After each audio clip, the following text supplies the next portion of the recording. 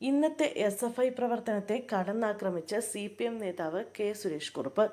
SFIക്ക് സ്വയം നിയന്ത്രണം ആവശ്യമാണെന്ന് CPM നേതാവ് കെ സുരേഷ് കുറുപ്പ്. ക്യാമ്പസുകളിൽ ആരാലും ചോദ്യം ചെയ്യപ്പെടാൻ ഇല്ലാത്തതും ലഹരിയുടെ ഉപയോഗവുമെല്ലാം SFIയുടെ ഇന്നത്തെ അവസ്ഥയ്ക്ക് കാരണമാണെന്നാണ് മുൻ SFI സംസ്ഥാന പ്രസിഡന്റ് കൂടിയായ സുരേഷ് കുറുപ്പ് പറയുന്നത്.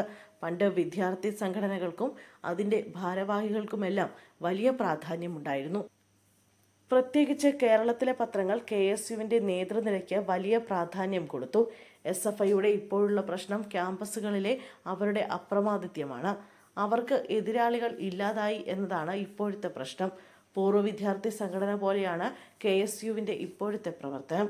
മുമ്പൊക്കെ SFI പ്രവർത്തനത്തെ നിരന്തരം അളക്കുന്ന കണ്ണുകളുണ്ടായിരുന്നു. അതാണ് ഇപ്പോൾ ഇല്ലാതായിരിക്കുന്നത്. പൊതുവായ ഒരു ഗൈഡ് ലൈൻ കൊടുക്കാം എന്നല്ലാതെ SFIയുടെ ദൈനംദിന പ്രവർത്തനങ്ങളിൽ ഇടപെടാൻ CPMന് കഴിയില്ല. അങ്ങനെ ഇടപെടരുത് എന്ന് തന്നെയാണ് പാർട്ടിയുടെ നയം. എന്നാൽ SFI മോശമായി എന്ന അഭിപ്രായം തനിക്കില്ലെന്നും സുരേഷ് കുറുപ്പ് പറയുന്നുണ്ട്.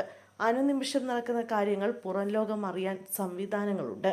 അതുകൊണ്ട് തന്നെ സ്വയം നിയന്ത്രണം SFI പാലിക്കേണ്ടത് പ്രധാനമാണെന്നാണ് സുരേഷ് കുറുപ്പ് പറയുന്നത്. ലഹരി ഉപയോഗം വർദ്ധിക്കുന്നതും മറ്റൊരു കാരണമാണ്.